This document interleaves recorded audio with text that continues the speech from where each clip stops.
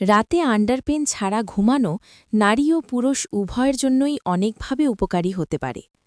আসুন জেনে নিই এমন ৮টি বিশেষ উপকারিতা যা আপনার স্বাস্থ্যের উন্নতিতে সাহায্য করতে পারে। প্রথমত, গোপনাঙ্গ শ্বাস নেওয়ার সুযোগ পায়। মহিলারা সারাদিন আন্ডারপ্যান্ট পরে থাকেন, যার কারণে তাদের ব্যক্তিগত অংশগুলোতে বাতাস পৌঁছায় না।